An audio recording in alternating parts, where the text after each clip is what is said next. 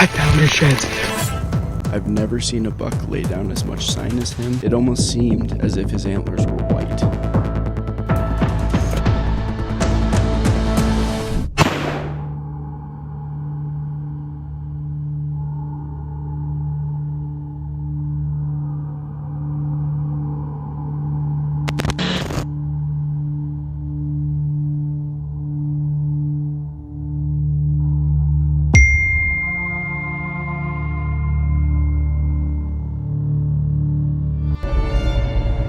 Not something I want to experience again.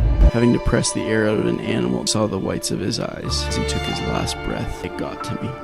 The forests of Massachusetts hold secrets, and sometimes one emerges that captures the imagination of every hunter.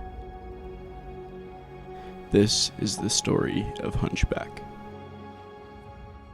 The story of this buck is an exceptional one. With years of sightings of this deer, photographing him in 2021, I never would have thought that I would harvest a deer this old that I had this many photos of. Seeing every trail camera photo of him with split ears and his hunched back, I knew immediately it was this deer. While he was not the biggest deer this year, he was the oldest buck in the woods. How do I know this? By spending every waking moment scouting these woods, covering almost every single inch, as you can see on my Onyx maps. I scouted endlessly, trying to find his bedroom and his core area. This buck laid down an exceptional amount of sign. I've never seen a buck lay down as much sign as him. Look at the size of that rub.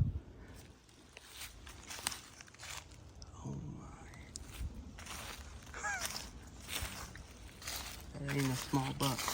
It's like 3 feet off the ground too.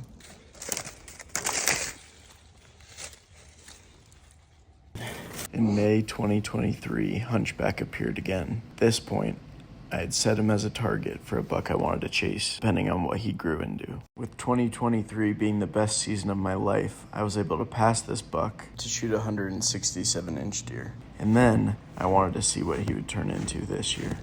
So I trekked through every single inch of the woods I could, looking for all the sheds in the area. Couple little beds.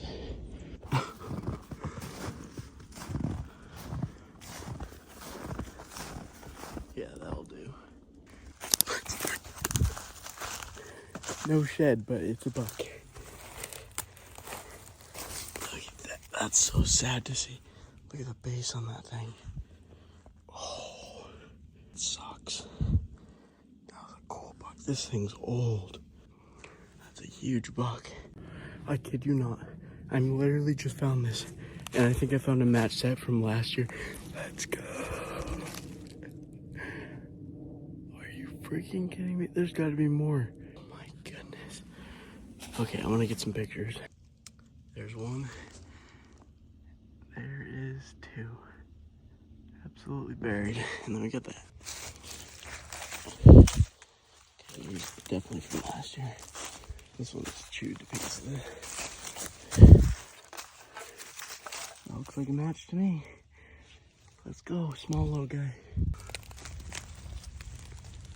I don't think so. I wonder if that's the match from the other one I found.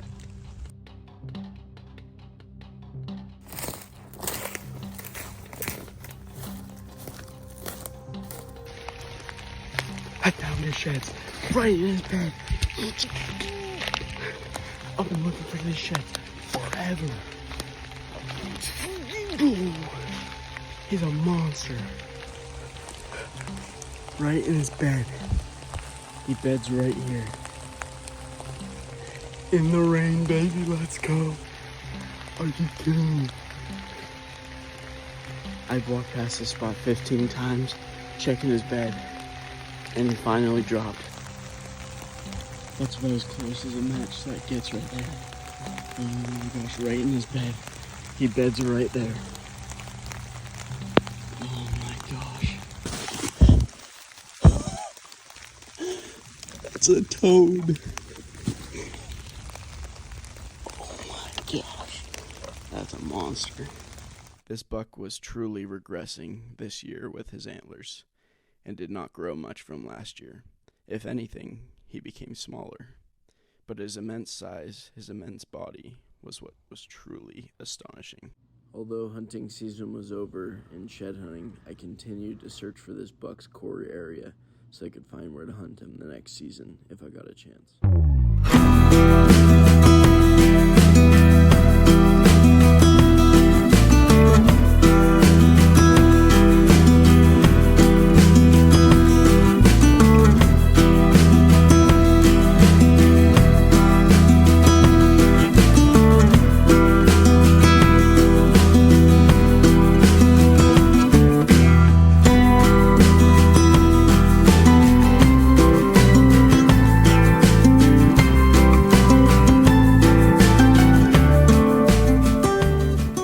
Being home from the West for only 1 week, I did not have any trail camera surveys, I did not have any data, and I had no leads to go on. I truly had to get back to my roots, understand my scouting, my topography, and break down how to find these bucks. On extremely crunchy snow, they could hear me coming from a ways.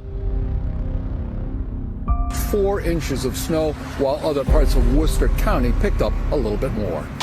Sturbridge ended up with more than 8 inches of snow, according to the National Weather Service, making for a winter wonderland. My flight just got delayed like 6 hours. They're waiting to tell us at 2 a.m. if the pilots are going to want to fly, so we'll see what happens there. I arrived safe in Boston. My dad picked me up and then I got straight to work. So my day went from really bad to really good. I was just told that basically the property that I wanted to hunt, the new landowner that moved in, he's from Maine and he's gonna hunt that area. And there's a giant 10 point and then a huge 8 or 9 point, but he's very tight rack deer. Unfortunately, not gonna probably be able to hunt that spot. But then I was a little discouraged and I'm like, I've had this place that I've been trying to get permission 2 to 3 years. It's quite a distance from my home. But I was like, you know what, I'm gonna try again. And I went and knocked on the door. Nobody answered. The ring went off on the doorbell. And the wife answers over the ring and goes, hey, who is this?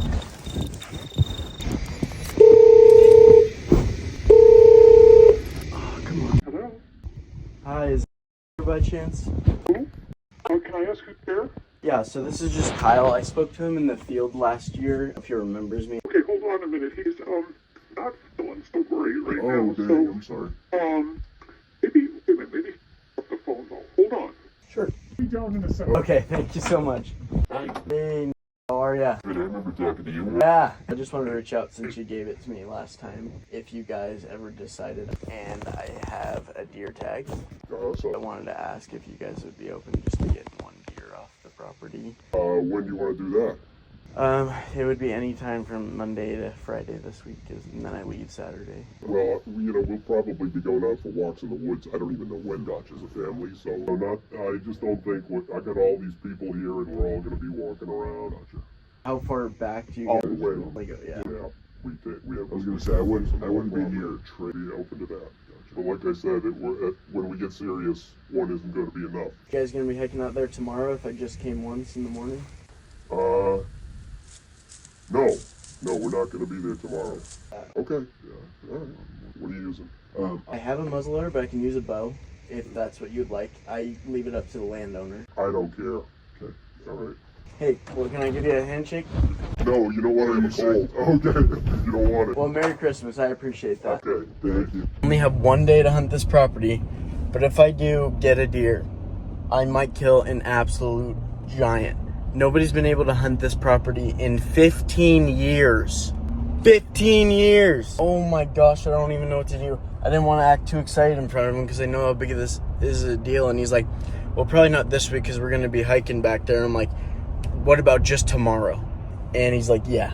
And he's like, in future years, like, we'll need to take care of them. But like, yeah. I'm like, let's go. There was literally 30 deer there the other night.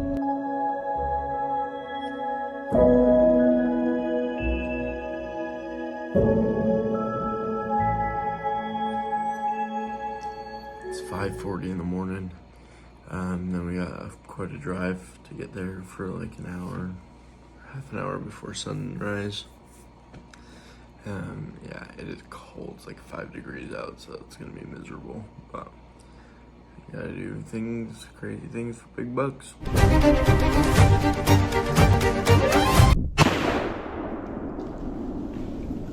Got her. Oh, she got up. As I reviewed the footage and looked back and tracked the deer, I realized I had injured it, followed it for 2 miles. Only ever injured one other deer, so it was a heartbreak. That's it. It fell 3 times. Not only did I feel bad for the animal, but I felt deflated and felt like I failed myself in preparation. Everybody was telling me not to feel bad for myself or to feel guilty, but the truth is I did. I heard voices in my head telling me, people are thinking you're a hunting influencer. You're supposed to do this for a job. You're supposed to be a professional. But the truth is, I don't consider myself a hunting influencer. I hate that term. I don't make a lot of money from this. I don't love filming every aspect. My true passion is the outdoors. It saved me like my Savior Jesus Christ through hunting, fishing, and God's creation. Before the age of 16, I went hunting a handful of times. My dad was able to take off work occasionally and take me out. I remember those chilling days where we did not see a single thing, freezing our butts off. But I wouldn't trade that for the world. That we'd go to Parker's Maple Barn after to get breakfast.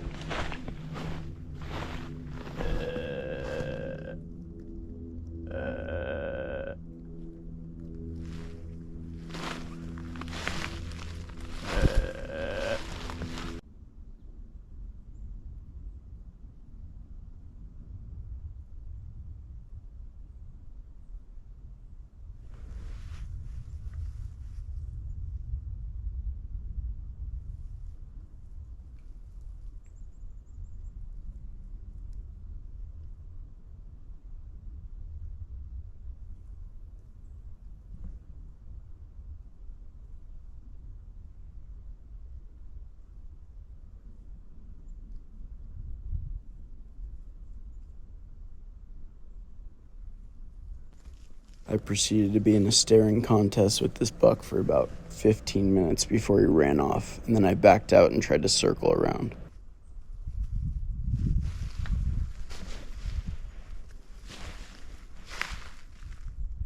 In New England, on public land, especially New Hampshire, I don't even waste my time in fields. But in the case of a property that had not been pressured, I was willing to do it because I knew the deer would outskirt the fields.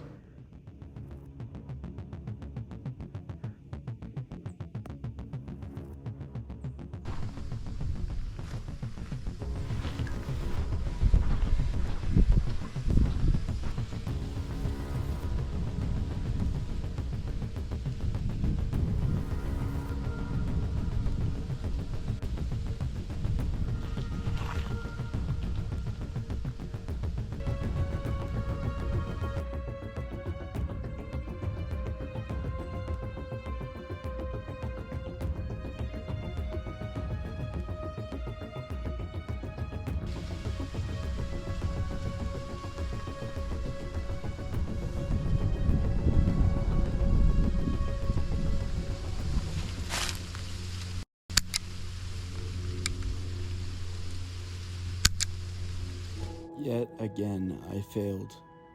I misfired the gun. I forgot to put the primer back in it because you can't have the primer in the muzzleloader as you're driving around. I literally wanted to cry. The little money I had to fly home to hunt, I wanted to make it successful. And then these words and story came to me. 7 years old when I went on my first elk hunting trip. Frozen rain blowing sideways. I said, my dad stops. He goes, why no one's out here? Because it's too damn hard. I've never seen him smile bigger in his life. He goes, Gregor, learn to love what most people won't tolerate. I love hunting because you have to be resilient and love what others can't tolerate. Well, we're going in for sit. I don't even know what number it is, like 6, 7, 8, I don't know. This is the last night, last hurrah. We shall see how it goes. I made the agreement with myself years ago that I would choose harvesting the animal properly rather than getting it all on film. So after these 2 mistakes, I decided not to film. I just wanted to get a deer, and I worked as hard as I could. And sometimes it doesn't work out, but in this case, my luck had changed. As I took each step, I was cautious. I waited for the wind to blow, and I kept creeping in. As I saw the deer rising on the hill, I saw to my left one of the biggest bucks that I've seen in New England. He was a 150-inch 10-pointer with a double brow tine that I found sheds off the last year. He had grown exceptionally and his tine length was enormous. But as he started to walk, the does to the left all ran. As the buck saw this, he turned and started to walk, and then started to trot.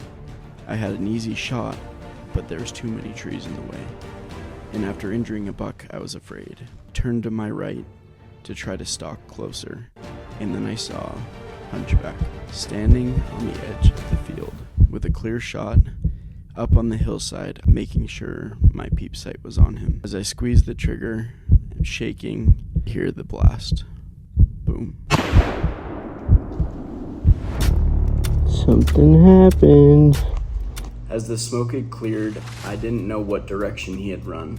I backed out, previously injuring that other deer. I did not want to risk that again. Hiked about the mile or so out, just sat there, just thinking about where I hit him, all the things that go through your mind as a hunter. I knew that I had put it right on his shoulder. I knew that he was a little bit up on the hill, but I knew that I had heard that it hit him.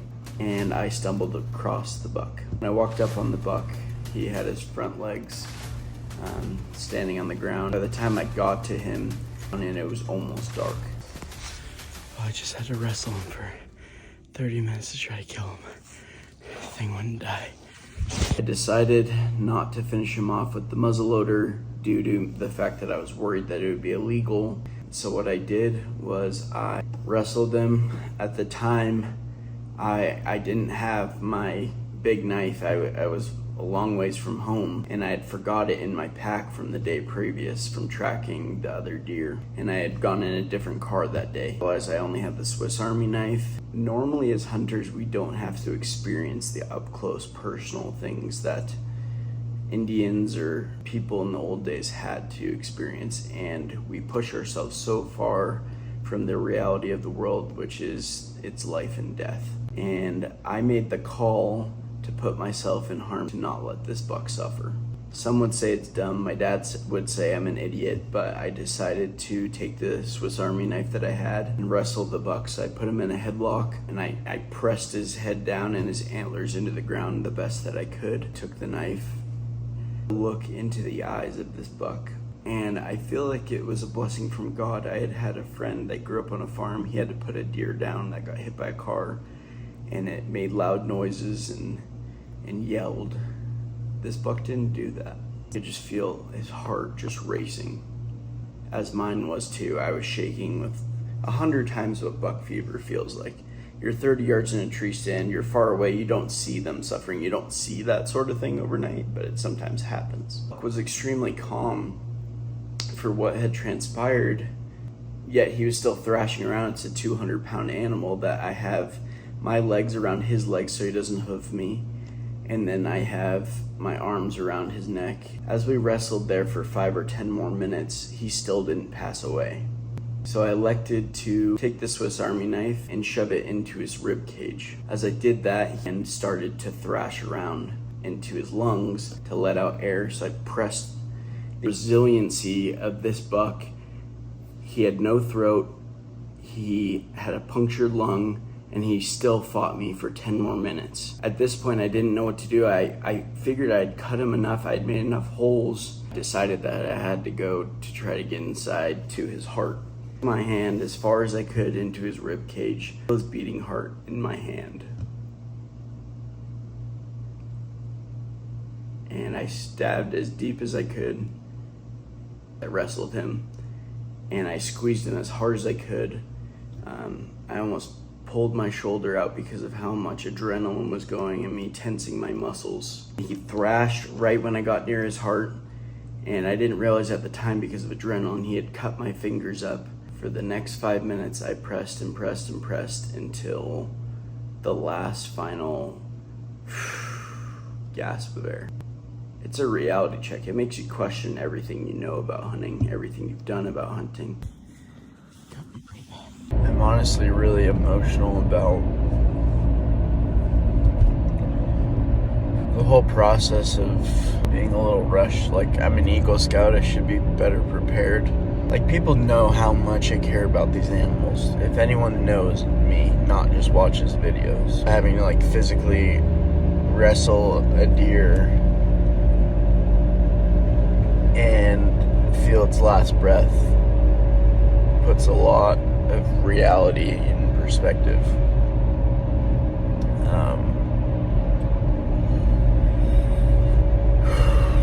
Yeah, it's just real tough.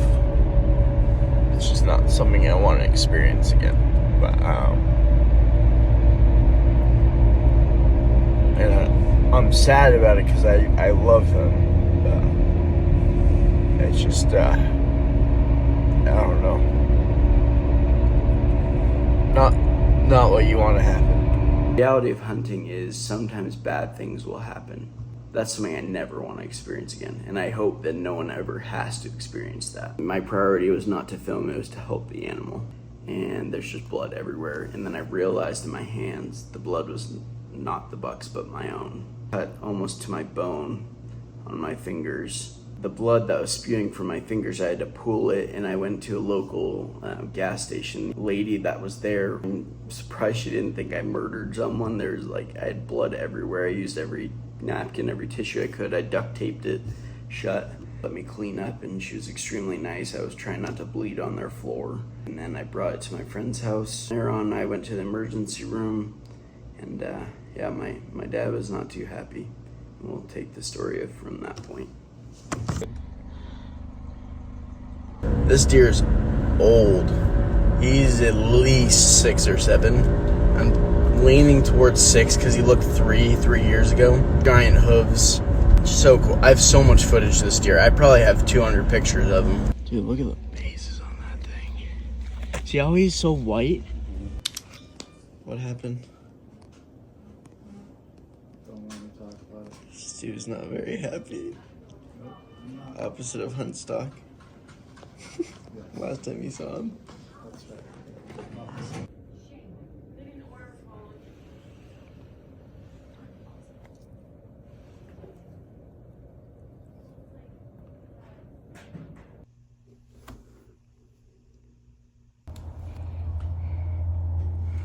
You want to take a picture of that side of it? Yeah, let's do it. Alright guys, he's down on the split ear buck. So look, he's got a split here, 2 splits there, and then he's got another split here. That's how I know it's him. I've got about 300 photos of him on my trail camera. I was telling Connor I think this deer is 200 pounds. We got pictures of him without his antlers last year, a bunch of them on his winter area. He didn't grow up brow tine this year on this side, which is kind of weird. I honestly think he's going downhill. I mean, you can zoom in on the bases. He rubs like crazy. He's got stuff all in the back from rubbing, and he's just an old deer. Connor was saying his head is just enormous, which it really is wide. I mean, he's an old warrior, and he did not want to go. Just super light colored, just a funky deer. Look at this, he's got interesting colors. Muzzleloader. Yep, first muzzleloader deer. Actually, now that I think about it, thanks to Connor. He got a big old neck on him. An old deer. You got ticks all over him. That's an old deer. Yeah, I'm thinking 6 years old. So, yuppers. I had a college wildlife biologist take a look at this, and he was able to determine through the science how old the buck was. Absolutely cool to see how this research is done.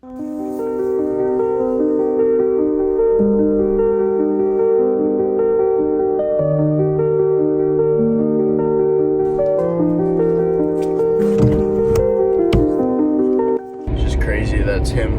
Unbelievable deer. I have a lot of respect for a deer that lives that long. I'm very, very blessed.